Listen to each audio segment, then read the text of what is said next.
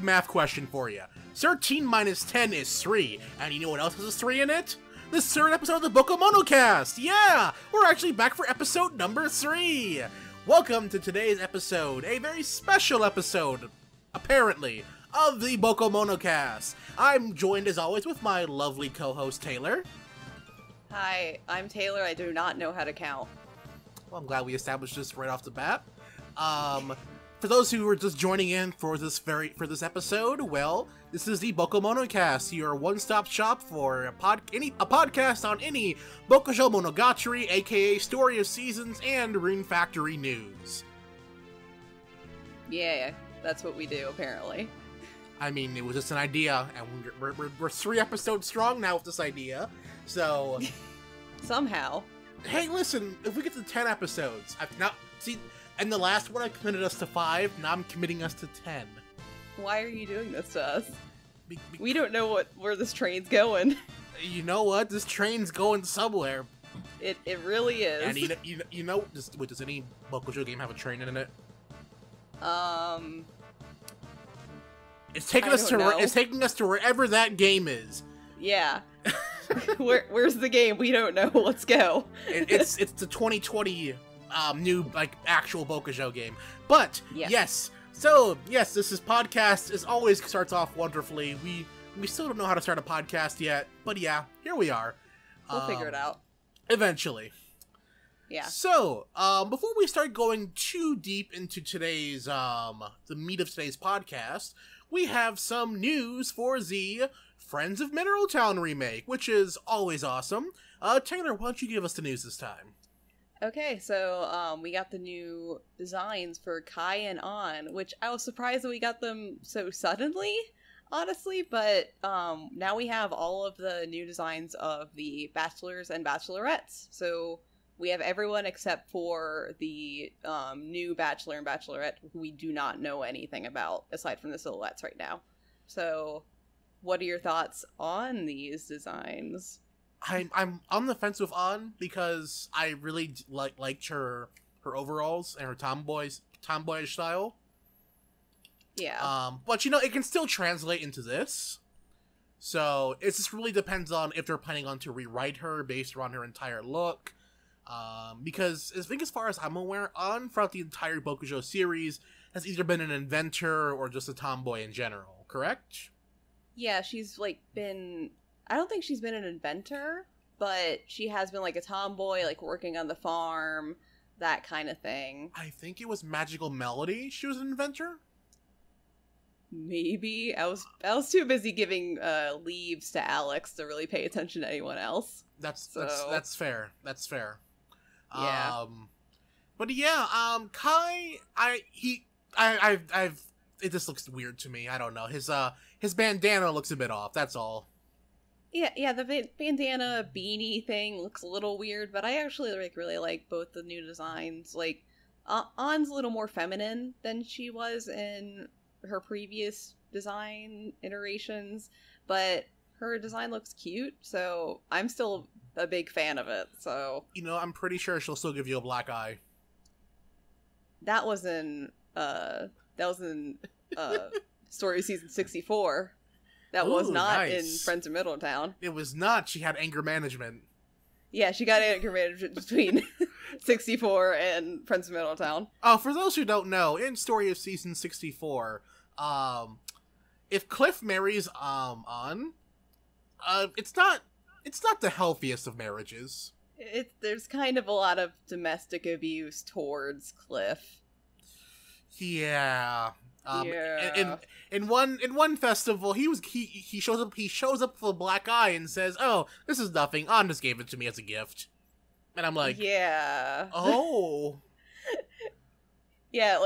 Whenever I just recently got Sword of Season 64, and I'm in a crisis of whether I want to marry An or not, just to save my boy Cliff.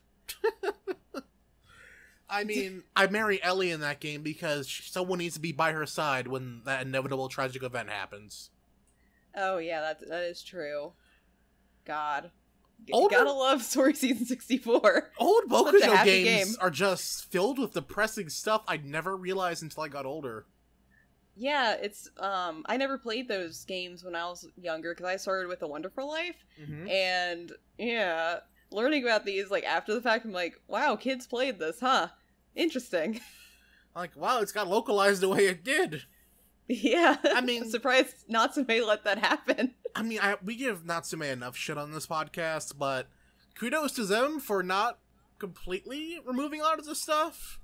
Yeah, that is true. They left all of it in. It just like later when they started removing stuff left and right. You know what? If I were to take a hazard a guess, it's because 64 was technically Harvest or Story of Seasons 2. Yeah. I get the feeling that when they localized them, they weren't just big, we're the family-friendly company, guys! Yeah, it was like, probably like early to mid-2000s when they started doing the whole, we're family-friendly, we like kids. When A Wonderful Life and Friends of Mineral Town took off, I think is when when they got a lot of like attention towards them. Yeah. And it just kind of sprouted from there. Thanks, Animal Crossing. You guys did a wonderful thing.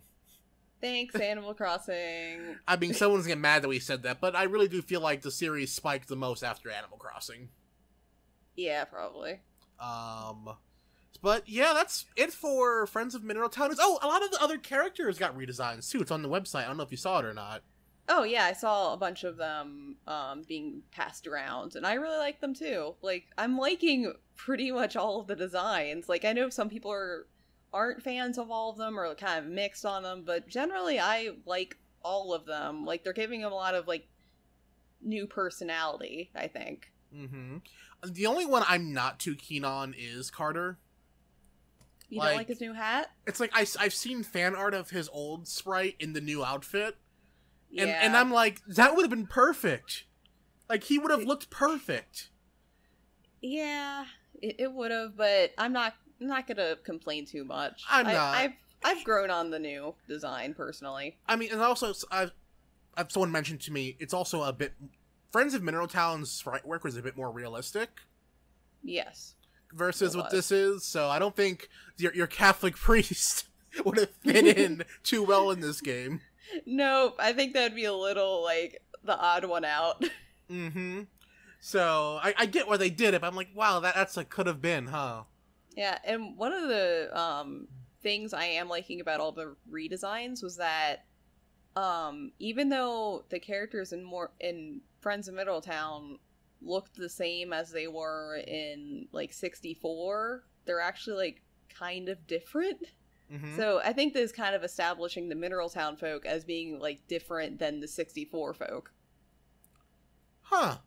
Yeah, because they have different personalities. Like I think there's like some characters that are relatives that they aren't relatives in 64, and yeah, like I think Cliff and Karen are siblings or cousins. I think cousins. Yeah. Yeah. So since they're kind of different interpretations, and I think the new designs are like good in my opinion because they're establishing them differently. This just helps for the inevitable timeline episode. Oh no.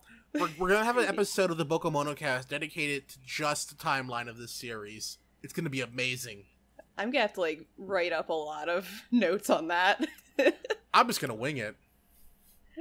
I'm just gonna have like a list of the games and like all the like characters that appear in multiple games and trying to arrange them. Oh my goodness. This is gonna be an amazing product. Yeah. But yeah, that's pretty much about it. In terms of any confirmed news that we've gotten about this game. What else did I want to talk about? Oh yeah, Doraemon, Story of Seasons, a game half of you guys on my channel are iffy about. Yeah. I'm not trying to call you out, I understand, because it's a spin-off of an anime that not many people watch, and I get it. That game is coming out in Europe in October. No North American release date yet, but I've been told we're going to get a release date soon for North America, so be on the lookout for that. I mean, the game is coming to Steam, so it has to have a similar release date in both regions. Yeah, considering it's I assume it's going to be localized first for North America and then for Europe. So they're If this was Xseed, I would say yes, that would probably happen. But it's not Xseed; it's Bamco. Oh, Bamco. Yeah. Never mind. If I believe actually Bamco of Europe is localizing it. Oh, that's interesting. Yeah, that's what I've heard. I could be wrong on that, but if Bamco Europe is probably localizing it, and that's why it's coming to PC, why it's getting preferential treatment there. I was surprised for how big PC is in Europe, so it makes sense. Like how Sega Europe does all of the ports for Sega and Atlas.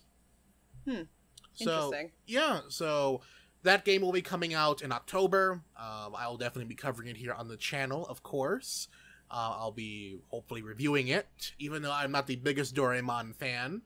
I've only seen a few episodes, I'm sorry, but from the demo that I've played, the gameplay is really solid, and it's an interesting combination. Like, it's more on a community building than any other Bokujo game, where it's like, you're not trying to romance someone and start a family, you're just you're trying to build your friendship circle, is the best way to put it.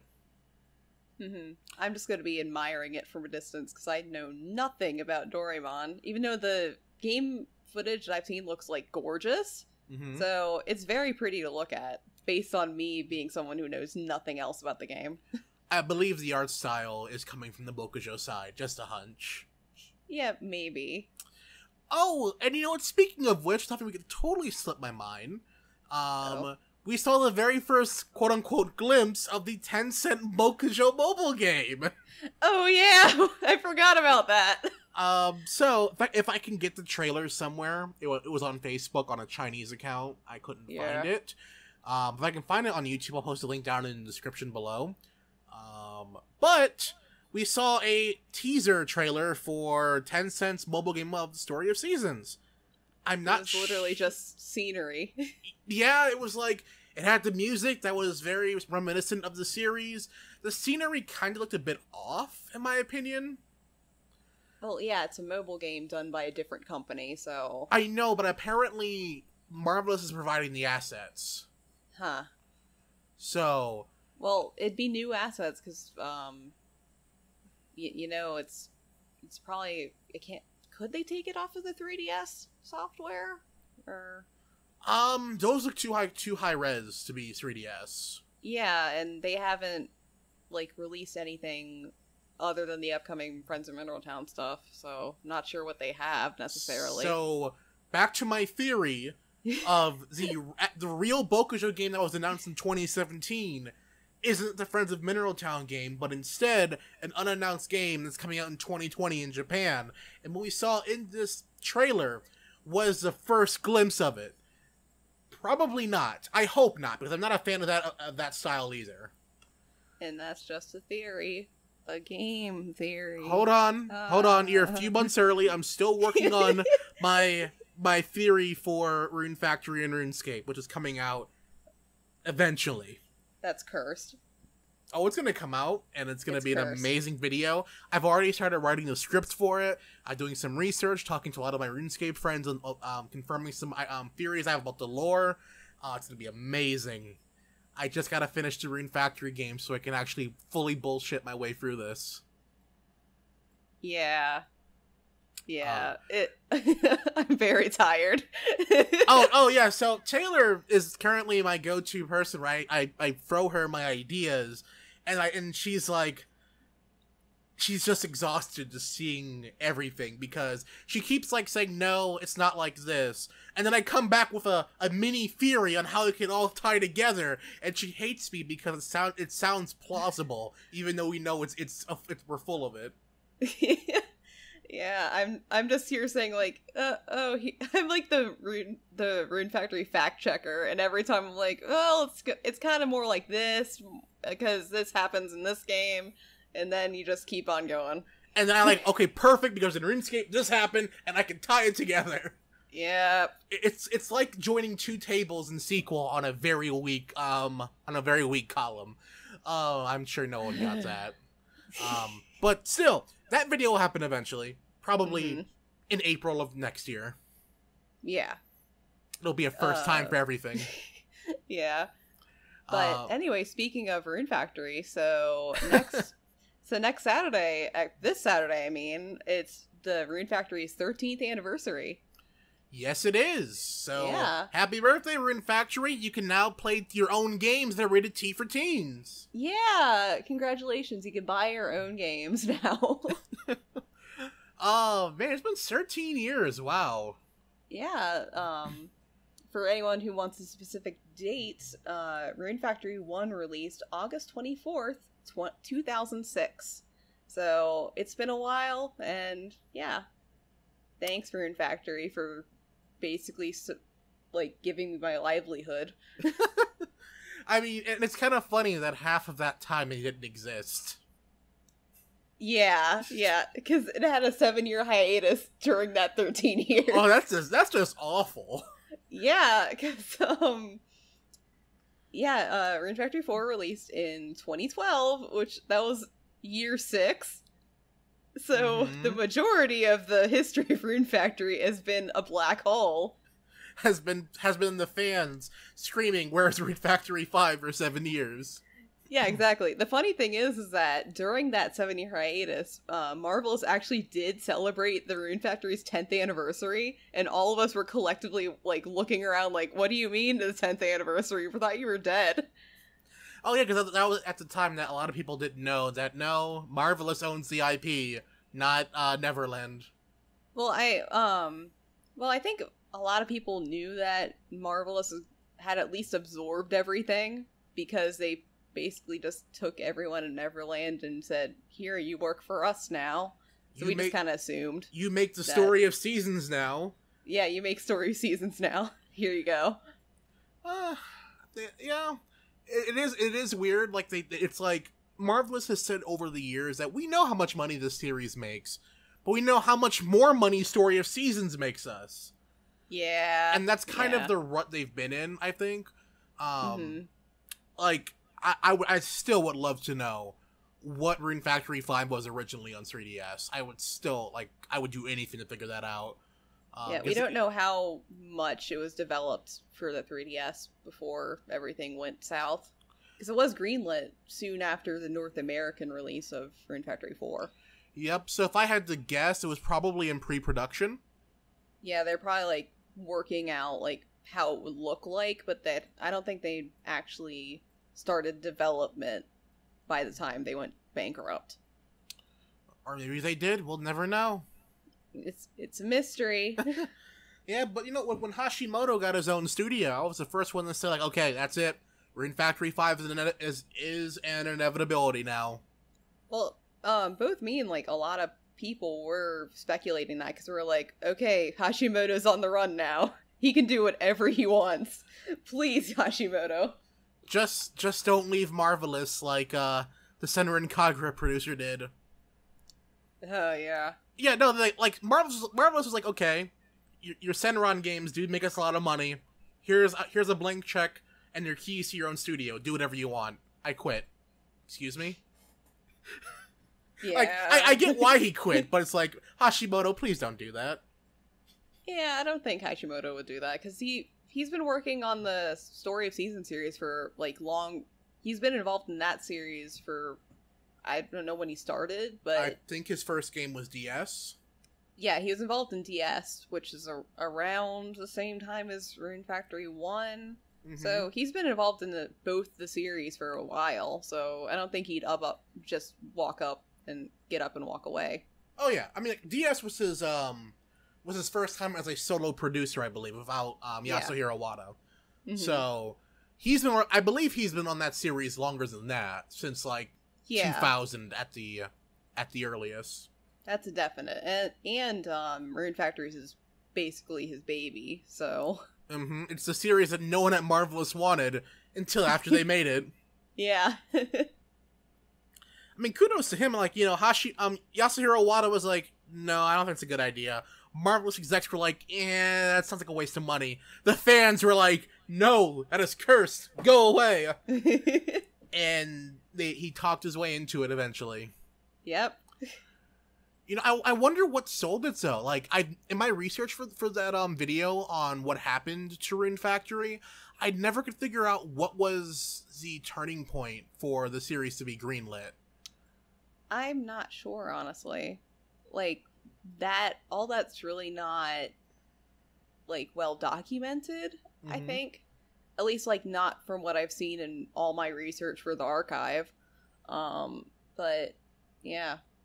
I'm hoping we'll eventually, like, find out, like, get me and Hashimoto in a room, then I can, like, give him my list of questions. I'm not gonna say that could happen one day, Taylor. I'm just saying don't embarrass me if it does. Okay. Me and my cosplays, like all of my cosplays at once, just like, hey there, Hashimoto. Please answer my questions. We are okay. Listen, if I take you with me to the Game Developers Conference, yeah, you're not showing up in cosplay. Why not? It's not a convention. But it's a conference. So don't tell me how to live my life. You know what? That's fair. It's just don't be upset when you realize, hey, why can't I get in the interview room? But we can talk about it, okay? Yeah. We can make a discussion. We'll make it happen. But there was another thing. I kind of theorized. I had a theory, but then true or false? Like, tell me if I'm wrong or right on this.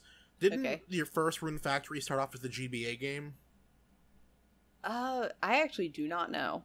One of my other friends who are big on the series told me it started off as a Game Boy Advance game. And then they realized, the GBA is garbage, let's move it to the DS. If that's true, I have not seen any documentation for it. Okay, that's so fair. I'll basically need to, before I say yes or no, I need to, like, do research. Okay. Because that's what I do. Before that, I had my original theory as to, I know what popularized the idea, Harvest Moon DS. Because of the whole, like, dungeon mechanic in that game. Yeah, I'm sure Hashimoto was like, hey, I put this dungeon in this BokuMono game. Can I have Rune Factory now? I mean, that's pretty much what it was. It was the early onsets of the series. Yeah.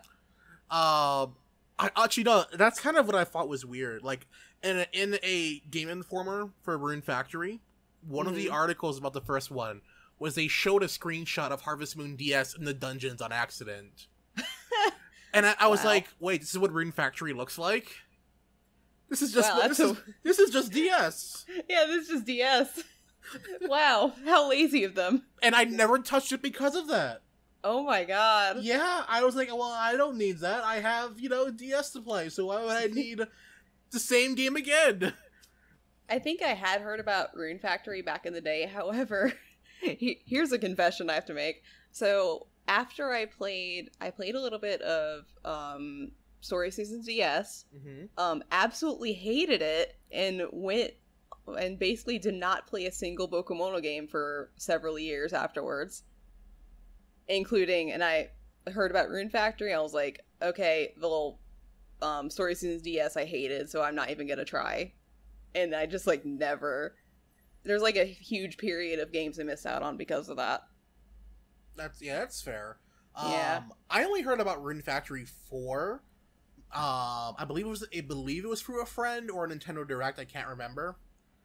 And I was like, you know what, I just bought a 3DS, I have no games to play on it, and this game looks fun, so I'll play it. And I realized, well, I should have played Rune Factory much sooner. Yeah. I think the time when I finally, like, picked up a Rune Factory game was 3, because, like, I had gotten back into the series with, God, I forget, I think Tale of Two Towns when I finally, like, jumped back in.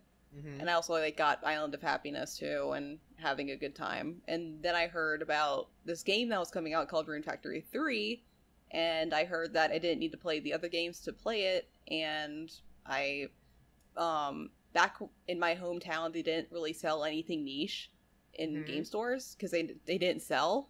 So I asked my parents to, hey, can I have Rune Factory 3? And they had to drive, like, 2 hours to find a copy. So thank you, parents. And and then I finally got 3 and very much enjoyed it, and then my life's been ruined ever since. Hey, you know what? You had fun, right?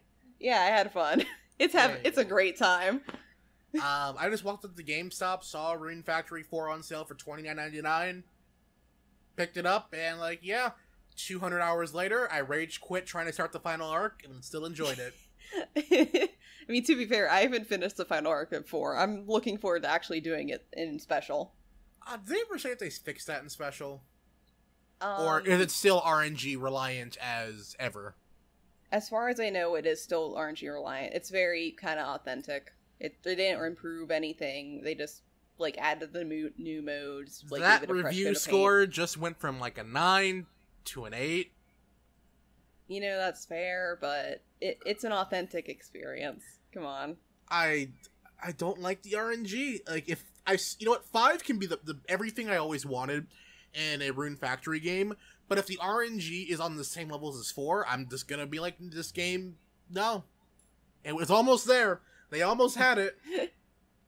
Listen, they had a good idea. It just wasn't implemented too well.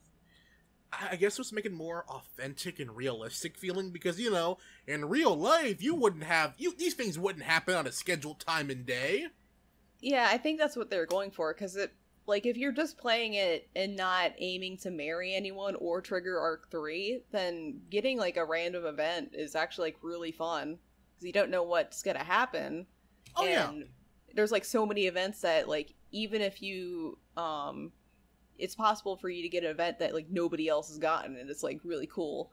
But if it was a really bad decision to make marriage and Arc 3 restricted to random events. Oh yeah, it went a long way in helping the longevity of the game. It's the only reason why I got to I think to year 5 is when I stopped playing. Yeah, and because not only just the random events, but the dialogue in the game, it took me forever to get a repeat. Damn. Mm-hmm. I think it was year 3 is when the dialogue started repeating, and I was like, oh wow, you said that same line of dialogue 2 years ago in game. Yeah, it's amazing, especially when you're thinking about other BokuMono games that were coming out that still had the small cycle of dialogue they would kind of pick through for every heart level. Mm-hmm. Whereas in Rune Factory 4, it was no matter what your heart level is, you get a different one a day, which is amazing. And then the heart level would still have you get more branches in the dialogue tree. Yeah, exactly. So I really do hope that in the Friends of Mineral Town remake, when they say they're being it's being an authentic remake, I do hope they've made the dialogue trees much more expansive. Yeah, me too. Because that's if they ever make any remakes of any of the old games, they definitely need to beef up the dialogue. Because, Rune Factory 4 has spoiled me beyond all compare. Mm-hmm. And it's very hard for me to go back to, the older BokuMono games and even the older Rune Factory games. Because, Rune Factory is, generally more bulky with the dialogue. But especially for BokuMono, it's wow, you said the same thing last week and yesterday, and you'll say it again tomorrow and next week. Until I level up your heart level. I think Story of Seasons Trio of Towns may have improved the dialogue thing. Yeah, they definitely did. Because I remember reading that Story of Seasons Trio of Towns was their biggest game they've had to localize yet. Yeah, Trio of Towns did a fantastic job with the dialogue. I'm mainly talking about, the older ones. Oh, yeah. Yeah, because I tried playing Sunshine Islands for a bit, but quickly got bored. Because they only say the same thing. Yeah, that was me for Friends of Mineral Town. Why I love Friends of Mineral Town, the original one, it's oh yay, everyone says the same 2 lines of dialogue every day. Yeah, once you've played the newer games or the newer Rune Factory games, it's oh great. Mm-hmm. Man, they only had to localize 2 lines of dialogue here, didn't they? Yeah, and you know what? Maybe that's why the games came out so fast. Yeah. I've noticed that with Natsume, a lot of the Bokujo games came out very, like, year after year after year. In the same year it came out in Japan. But with Xseed lately, granted their localization practices are much different, but it takes sometimes up to 2 years for them to localize these games. Yeah, it's true. And part of it is because the games have gotten way more bulkier dialogue-wise now. Mm-hmm. So I'm not sure how the actual speed would compare if you like put both Natsume and Xseed like on the same game. We'll probably like, because even the remakes are gonna, I don't know. Well, from the remakes, from what I would have hazard a guess, they're not going to touch Natsume's translation at all. Well, yeah, so, figures. Natsume has the rights to those. Yeah, so they're just gonna have to retranslate it from scratch and then just relocalize it. But from what I've heard, a lot of the dialogue is different. Like, okay, like some of the gist is still the same for a lot of things, but there is a lot of new dialogue. Okay, awesome. So even if they use the original script, it wouldn't make much of a difference. Yeah. Well, I'm looking forward to the new localization and all the new localizations that may come in the future. Hopefully, I don't know. Well, I mean, I feel like neither. I don't think Rune Factory or Bokujo is in any danger as a franchise. No, they're definitely not. Especially with the reception of Rune Factory 4 Special doing so well, from what I can see. Yeah, Rune Factory 4 Special apparently did pretty well. I remember seeing on I keep up with COMG for pre-orders. Rune Factory 4 was staying ahead of a lot of games like Pokemon and the likes for a minute. So people in Japan really did want this, and Japan is usually not receptive towards remakes at all. Like, it took Sega having to completely ground up remake the Yakuza games for Japan to care about those remakes. Mm-hmm. Versus, so for a remaster to do as well that it's doing is impressive. Yeah, and I think part of the reason why 4 Special is getting such a good reception is because it's been a very long time, and this is like the first like new Rune Factory thing we've gotten in 7 years. And there's also like a lot of hype, like there's the return of the series, and also like Rune Factory 4 Special is going to be linked to Rune Factory 5 in like a really small way, but it's still like all of this stuff is kind of building up into one, and we've been thirsty for 7 years. So even on the Japan side, they've been pretty thirsty for it as well. Yeah, everyone's been thirsty for it, honestly. I mean, even if you're... It's a unique series. Oh, absolutely. Like, I feel like Rune Factory 5 will sell the best out of the entire series. Oh, yeah. It's I imagine it being a little more slow in America, but I think it'll, like, eventually, like, surpass 4. If I'm correct, 4 sold about 250,000 in North America? I think that's correct. Okay. I'll need to look that up. I think it'll... that was the last number XT ever confirmed about it. Yeah. So I feel like it's selling 1 million on its own. Yeah. Just on Switch is very feasible. Mm-hmm. Considering I think 4 has only sold globally maybe 800K. Yeah. That's being generous. Yeah, but even then, that was, like, huge for the Rune Factory series. Like, that completely blew every other game they released out of the water. Mm-hmm. Yeah, I remember in when Rune Factory 4 first released in America, there's actually a shortage of Rune Factory 4 games in America for a very long time. Ah, they were taking a page out of Atlas's book. Nice. It was more like because I remember the like the news that XE pulled out about it, because this was before the time when Rune Factory 4 was on the eShop, so you could only get it physically. And apparently Rune Factory 4 had basically outperformed all of their expectations, so they genuinely did not know it would sell that much. So like basically everything got sold out, and they had to scramble to get new copies on the shelves. that's really good for the series though, and I'm really happy for it. Yeah, that was amazing. Like this was before the entire studio went bankrupt, but like everyone in the community was like, "Oh my god, we're outselling everything." Of course, me bragging with my physical copy of Rune Factory 4, like, "I got the game, guys." And Sucks then to be you. And then you have me who was oblivious to all of this. Just pick up the game a year later from GameStop on sale for $30. Yeah, it was. You missed out on a wild time. You know, I've never been big in the Rune Factory or Bokujo fandom.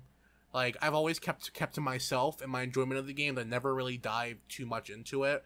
Like, I'm in a couple Bokujo Discord servers, but I don't really interact in them too much. Yeah. It's just, I've just never been big into the fandoms. So I don't know I never know how the fans, a lot of the fans, like, you know, feel or react to a lot of the new changes. It's like, you know, like, oh, I like this. Then I check out that server and I'm like, oh wow, everyone hated this. Yeah, I like usually I was like in my own little pocket of the community until like around last year when I actually started the archive. Mm-hmm. But like I was just kind of like sitting in the fringes, kind of watching everything happen and like talking about the news with my friends and stuff. But that was basically like all my experience with the community, and also like when the name change happened, we all basically had to work together to figure out what just happened with Story of Seasons and Harvest Moon, and that was wild too.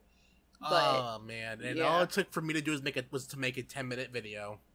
Yeah, but when that first happened, like everyone was just kind of sitting there, like, what's going on? Even like hardcore fans were like confused by all of this when that BokuMono stuff happened. Yeah, it was really weird for me.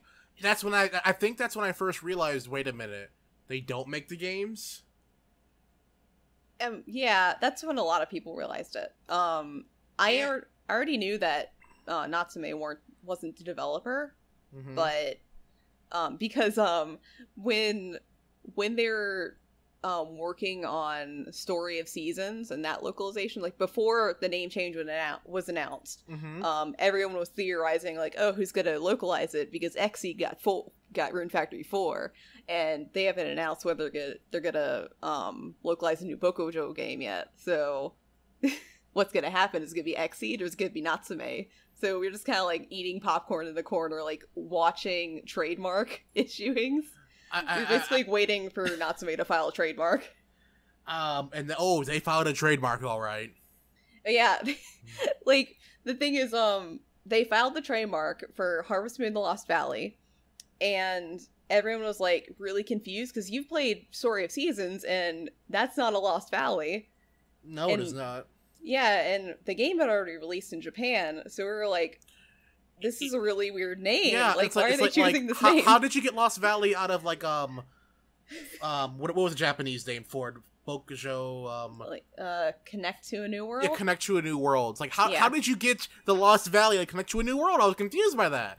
And then, and then Xseed came out and they were like, hey guys, look what we have. Yeah, exactly. Then Xseed announced like, hey, we're localizing Story of Seasons, and then like we all collectively like turned to look at Natsume like, what have you done? Yeah, that was a time. Anyway, I love Xseed. Fun fact, that video I made on about how Harvest Moon became Story of Seasons, I almost made that video about a year and a half earlier. God, you know how that would have helped us out so much. It would have, but... Yeah. Actually, no, it wouldn't have. I still have the original video I made for that whole debacle. It was awful. Yeah. Oh, no. Yeah, that was before I started taking commentaries very seriously on the channel. So it was all over the place. It was not a concise thought. Mm-hmm. So, yes, you would have had that video, but it would not have been the same quality of video. Oh, okay. So I guess it's a good thing we waited. Yeah.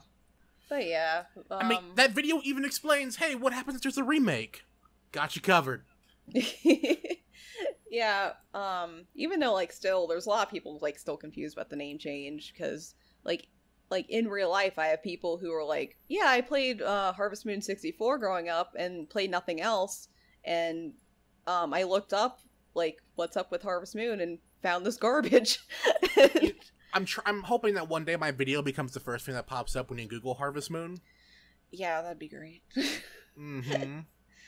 Yeah, it'd save a lot of confusion. Like, sure, you can, like, look it up, but people who've, like, just played one game in the past, like, aren't gonna know that, like, a English localization changed. So, like, personally, I try to be patient with everyone who doesn't know, but, yeah. You know, I get comments today on my videos saying, you know, I wish you would stop saying Rune Factory is a spin-off of Story of Seasons. Story of Seasons is just, you know, it's not the same thing. I'm like, it is the same thing. Yeah. It is the same thing. Yeah. But, you know, it's whatever. People are, you know, the only thing that has to happen now is for Xseed to just put the entire 3D catalog on Steam. Well, just put the entire catalog on Steam. Like, why do we have to stop at 3D? Because that would be a bit easier for them to do. The console games would be easier to port. Listen, we have to set our goals high and just keep looking up. I mean, okay, yeah, that's... I don't think it'd be that bad to, like, take SNES, give it a new translation, and plop it on Steam. I mean, no, you're not wrong. Yeah. I feel like they have more so what Xe likes to do is when they port a game to PC, they like to fix things with it. Like with Cold Steel, they added a lot of, like, you know, quality of life improvements on the PC port of that. I feel like it'd be much easier for them to, like, edit or add things to make the game run better on the console versions versus the, you know, the original SNES, Game Boy games and whatnot. Mm-hmm. And plus, I think, because I don't know how the whole thing works, but I know if Xseed was to port, like, say, Friends of Mineral Town, A Wonderful Life to Steam, mm-hmm. they could get away with it by just calling it Story of Seasons of Wonderful Life, and they would add enough changes to it to justify it. Yeah. And I believe once they start doing that, adding those changes and then porting them to PC, people will start to realize, oh, wait a minute, this is the exact same game I played when it was called Harvest Moon. Now it's Story of Seasons. Interesting, isn't it? Yeah. But hey, it's whatever. Yeah. But it's been a wild ride. Yeah. And it has. Thankfully, the Rune Factory series didn't have to go through all this. Oh, thank God. That was the first thing I was worried about when that name change happened. Then I remembered, like, oh wait, Xe localized Frontier and 4. We're fine. I do remember I made a video discussing Rune Factory. And a lot of people did think that Natsume owned the rights to Rune Factory. Yeah, it's just a misconception because they kind of plastered their name everywhere. Mm-hmm. So it's mainly that, because, like, when you look at the cover of a Rune Factory game, like, if you just take... I have a box of Rune Factory Oceans kind of, like, in the far side of my room. It just has Natsume in the front and nothing else. So and then when you look at Frontier, you see the big old cursive logo that is Marvelous, his old one. Yeah, and that's what you see. And when you boot up the game, Natsume's name's, like, front and center. So it's easy to make that misconception. So it's, like, something you have to be patient about when educating people, but it's still, like, you gotta make sure that everything people understand and aren't spreading misinformation. Mm-hmm. Yeah. So any Rune Factory 5 questions or concerns, you just add Xseed for them. Yeah. That's the only way you'll get anything back for it. Yeah. If you want any, like, Rune Factory 5 news, your best bet is to, like, look at the official Rune Factory PR Twitter, or, like, if you want American news specifically, you look at Xseed, and if you want a European news, you look at Marvel's EU's account. Yeah, it's just, I just wish we would get more news. It's like, you know, it's like we're on the verge of something great, and the release of Rune Factory 5 will be here before any of us know it. Yeah. But it's like, man, I want to know more about it now. Yeah, I'm being patient about it. I've been waiting for 7 years. Another one's not gonna kill me, so I'm trying to be patient. You know what? Just like keeping my eye on everything. It's such an awful thing. It's like, if we like, oh, we waited 7 years. It's whatever. But then that last year to just get there is just gonna be the longest. Okay, listen. I spent so many years waiting for. Have you ever heard the video game The Last Guardian? Oh, I'm sorry for your loss. Yeah. I ever since that first trailer came out for that game, I was basically waiting for that long for the game to finally come out in PS4. So any other wait is fine with me. Like, I've already been through that. You know what? That was like fair. 10 years of waiting. I think the worst wait I had was for Pikmin 3. Oh, yikes. Actually, no, yeah, that was also a 10-year wait. So yeah. And now we're encroaching on a near 10-year wait for Pikmin 4. Oh no! Yeah, Pikmin 4 was confirmed to be near the end of development, like, 4 years ago. Well, rest in pieces. You'll eventually get it. Yeah. Just wait another 10 years, it'll be fine. I will be very upset. But... I'm not a Pikmin fan, so I'm just gonna watch from the sidelines like, glad that isn't me. You know what? I'm gonna get a review copy of Rune Factory 5, Taylor. Yeah. Just putting that out there. I'm pre-ordering it. That's nice to know, but I'm gonna get it before you. Yeah, and if you spoil anything, I will literally fly to wherever you are and kick your ass. Is that a threat or a promise? That's a promise. Okay, so if I die, it's because I was dumb enough to send her a spoiler. Yeah. Spoil the game for me that I've waited 7 to 8 or 9 years on, and your life has now been forfeit. Oh, listen, I'm sorry the snake killed Dumbledore. He did what? Yeah, I'm in Rune Factory 5.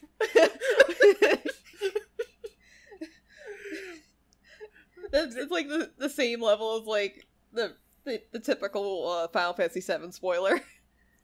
Oh, yeah, so, Aerith dies in Rune Factory 5 at the very end.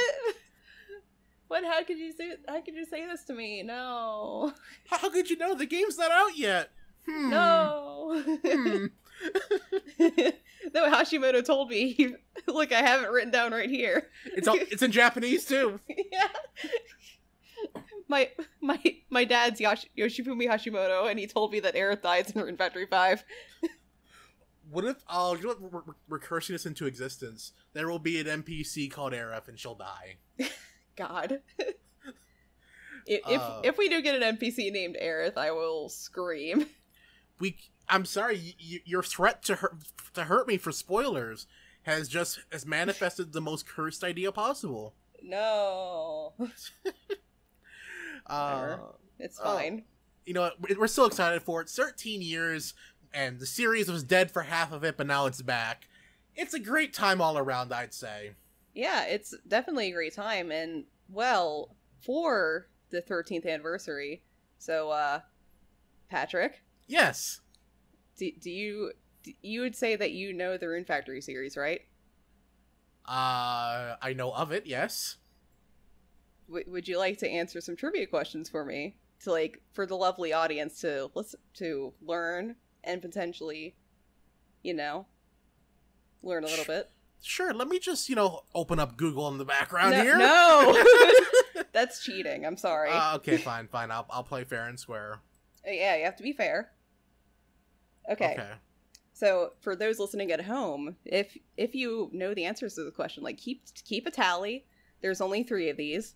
Well, 4. There's 4 questions. And you can see if you do better than Patrick. You will.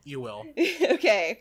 So, there are a lot of cameo appearances in the Rune Factory series, but only one character has appeared in the most games, and this character has appeared in 3 games and has been mentioned in a 4th game, and who is it?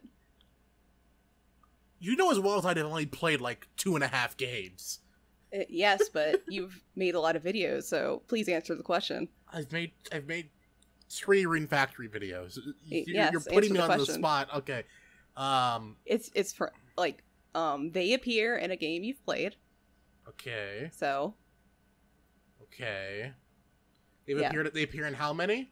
They've appeared in 3 games and have been mentioned in a 4th. Mentioned in a 4th. Yes. Okay. Just in dialogue. Like, they haven't actually appeared in a 4th game. Okay, hold on. I'm thinking this through. Because... no, she doesn't. She only appears in 2. Does she? Yes. Who's your guess? I was gonna say missed. No. Yeah, that was a missed opportunity. Because she only appears in 2. Mm-hmm. Well, fun fact about Mist is theorized that she makes a cameo appearance in 4 because there's a NPC named Mistress Trupin who makes a lot of like references to Rune Factory 1, and a lot of people think it's her, but it doesn't really count. The 40-year-old Mist? Okay. Yeah, the 40-year-old Mist. Okay. But that's not her, so... Could be if we really wanted it to be. I mean, she hasn't been mentioned in a 4th, so keep guessing. Dang it. I hate this, because now I'm trying to think, like, they've appeared in ones that already played? Yes. So they've appeared in 1 Frontier and 4. Not in 4. Oh, well does not make it easier at all. First off, you're assuming I remember half the characters' names. And well, yeah, you're an expert because you've been playing Rune Factory 1, right? Is it that maid lady? Can you give her name? I don't. She works in that mansion. I don't remember her name. I talked to her to get a bottle. I don't remember anything else. Are you talking about Tabitha? Tabitha, yes. That is correct. Okay, there we go. Yeah, Tabitha appears in Rune Factory 1. She also appears in Rune Factory Frontier and in Rune Factory Oceans. But what's the 4th game she's mentioned in? She's mentioned in Rune Factory 2. Oh. Because she's the one who basically recommended Cecilia to move to, Alvarna. Okay. Yeah. So you got a question right. Congratulations. Awesome. I don't expect to get any more of them right. Okay. Okay. Here's the next one. Mm-hmm. There's one feature that was removed from Rune Factory 1 during development, but was brought back for Rune Factory 2. And what is this feature? I will actually take 2 answers for this. I haven't even played 2. Yes, but you're the expert. Come on. I haven't played 2. Hold on. Patrick. This isn't fair. Patrick, work with me. Patrick, it's trivia. It is definitely trivia. Okay. Yes. That was supposed to be in 1. Are they in other games outside of 2? Yes. Okay. Well, one of these, I'm taking two answers to this question. Okay. And one of these only appears in 2, and the other ones do appear. The other answer does appear in multiple other games. Is it being able to recruit people to join your party? No. Oh. Actually, don't know, but I don't think so. I would laugh if that actually started in 2. Someone's gonna cream me in the comments. Yeah, in Rune Factory 2, you can recruit your villagers. Like, aha, see? I don't even know.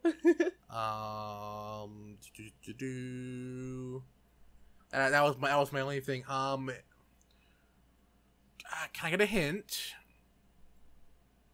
God, what would I even give you as a hint? Is it your child growing up? No. Unfortunately, that doesn't happen. That's true. Because in 2, they grow up. It was not planned to be in 1, though. Oh, okay. Yeah, so this was a feature that was planned to be in 1. Yeah, you know what? If it was in 4, I would never have known because I just felt like, oh, this is natural evolution of the series. Yeah. I fold. Okay.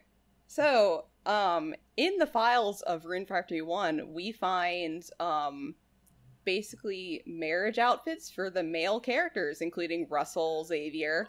So, so it's assumed that rival marriages were, thought to be, originally planned for Rune Factory 1, but was brought back in Rune Factory 2. They're not in 1? I thought they were. No, there's no rival marriages. With how what's his name is thirsting after Mist, I thought, oh, there must be rival marriages in. No, it was originally, like, in the actual data of Rune Factory 1, you can find the portraits of certain male characters in their wedding outfits. Huh. So, like, we assume that it's for rival marriages. However, I would have also taken, Female protagonists? yeah, because it's, like, something we do not 100% know. We just know that the files exist. We're assuming rival marriages. Okay. Yeah. I would never have guessed that one. Yeah, now you learn something more. So you got 1 win for Tabitha and 1 loss. One so, I would never have guessed. Yeah, listen, it's trivia. Okay, work with me, Patrick. Okay, fine. What's the third question? Okay, so after the release of Rune Factory 1, there was another game released. You know what? I wrote this weird. Okay. Okay. Okay, so after Rune Factory 1, what was the next game in the series bearing the Rune Factory name? Is this a trick question? Yes, it's a trick question. It bears the Rune Factory name, but it came out after Rune Factory 1? Yes. And it's not Rune Factory 2? Rune Factory 2 is a wrong answer. I'm saying I'm saying, like, it's not Rune Factory 2? Yes. What? It's a game bearing the Rune Factory name that came after Rune Factory 1. Was it made by Neverland? No. Is it have anything to do with the Rune Factory series? Yes. Was it a mobile game? Yes. It's that mobile game you can't find any information on, isn't it? Yes, it is. That Rune Factory, yeah, okay. Yes, so Rune Factory Gaiden, Another Day, and Smile Once More were mobile visual novels for the series based around the characters of Rune Factory 1, basically acting as heart events for the series. We do not know anything about it because when Liveware went under and was bought by Marvelous, they just took everything down with them. So we do not have access to the game anymore, but it existed. And it's probably on some hard drive somewhere at Marvelous. Yeah, probably. Like, basically the only way we're gonna get our hands on these weird visual novels is if someone somehow has an old Japanese flip phone from the year, like, 2007 to 2008 with the games downloaded on them that we can scrape off of it, or if Marvelous decides to release them again.